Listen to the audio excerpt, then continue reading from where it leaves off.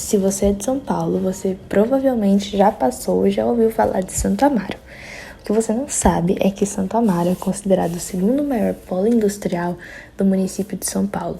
Mais de 1 milhão de pessoas passam diariamente pelo Largo 13 de Maio, no coração de Santo Amaro, que é ponto final de 16 linhas intermunicipais, com um total de 3,2 milhões de viagens diárias, o equivalente a 11% de todo o movimento da região metropolitana de São Paulo. Bom, então nós estamos aqui na frente deste desenho para falar que o nome dessa região foi dado por Santo Amaro pelo padre José de Anchieta, que ele era muito conhecido por fazer seus milagres, e também porque a primeira missa ela foi dada pela imagem de São Mauro, que Santo Amaro. Agora a gente vai conhecer alguns pontos turísticos de Santo Amaro que fazem parte da história, como por exemplo a Galeria Borba Gato, que era um dos primeiros shoppings da região antigamente, então ele era bem frequentado e é bem interessante conhecer a história. Mas o nosso passeio não para por aí. Gente, nós estamos no Mercado Municipal de Santo Amaro, que ele foi inaugurado em 1897, e o antigo mercado ele sofreu um incêndio que alterou 70% da estrutura em 2017. Agora o Mercadão ele conta com vários boxes com a reforma que ele sofreu agora durante a pandemia. Então a gente tem boxes de padaria, choperias, restaurantes, sorveterias, tem muita coisa aqui e tá bem bonito. Bom, nós estamos no Teatro Popular Paulo Leyró, que foi uma homenagem, na verdade, para ele, porque ele foi um grande escritor, poeta e dramaturgo da época. Então foi uma homenagem para ele, foi inaugurado em 1957 com um coral muito bonito, que o pessoal sempre elogia. E particularmente é um lugar muito bonito para ser visitado também, tem assim várias peças e tudo mais, gente que quiser vir, muito legal.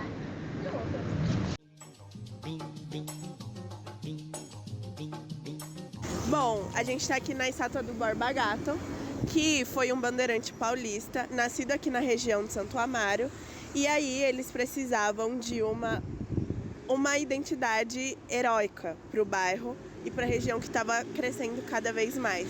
Então eles botaram a imagem do Borba Gato, que foi um bandeirante que ele ia atrás de esmeraldas, pedras preciosas, ouro, coordenou várias expedições para a chacina de povos indígenas e com isso a gente vê um lugar onde era um território indígena ser homenageado pelo assassino deles.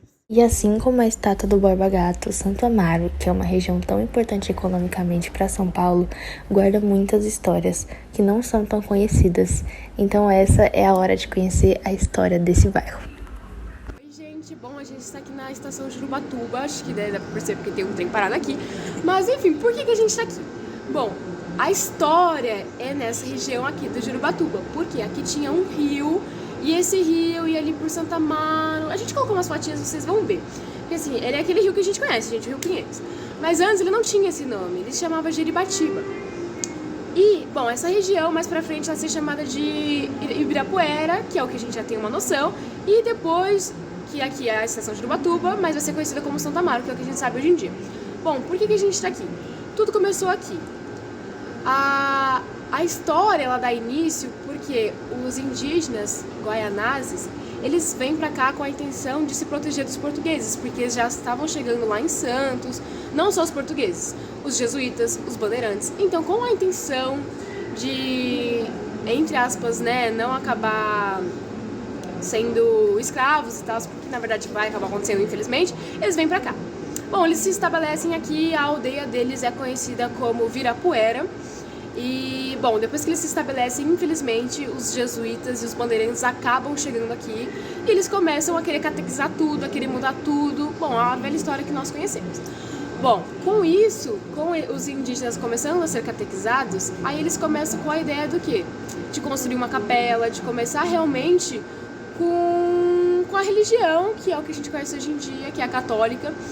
E aí, eles chamam o padre José de Anchieta, que assim, tem uma rua que tem até esse nome, lá em Santo Amaro. E bom, José de Anchieta, ele vem pra cá, ele começa a perceber que realmente aqui é um ótimo lugar para construir, para ter um povoado, para ter uma nação. E aí com isso ele dá seguimento com as catequeses, continua com os mesmos processos com os indígenas. E aí um pouco mais pra frente, em 1586, tá, gente, bem antigo, o padre e bispo, ele do Rio de Janeiro, ele vem pra cá e aí ele vai fundar a capela, ele vai consagrar a capela.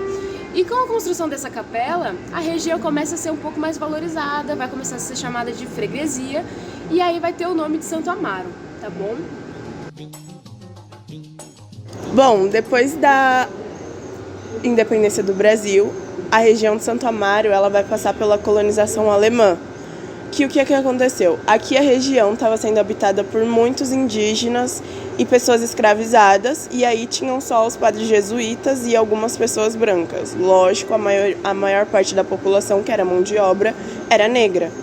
Daí, eles trazem 150 famílias alemãs e talvez com uma justificativa de tentar embranquecer a região, talvez, com certeza, porque a região estava sendo habitada por muitas pessoas negras, e daí eles trazem as famílias alemãs, essas famílias ganham terras aqui na região, então assim, eles ganham fazendas e tal, e mais uma vez eles vão tentando exterminar os povos indígenas e fazer com que as pessoas escravizadas da época fossem só uma mão de obra que nem fosse tão valorizada, era completamente não valorizada.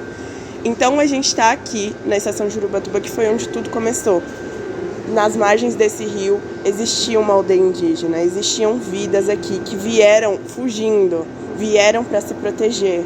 Então eles vieram fugindo e acabaram exterminados. Eles acreditaram, talvez recepcionaram ou acabaram tendo que lidar com os padres jesuítas, mas eles perderam suas terras. E a história de apagamento em Santo Amaro, ela começa com uma aldeia indígena e ela continua ainda nos dias de hoje.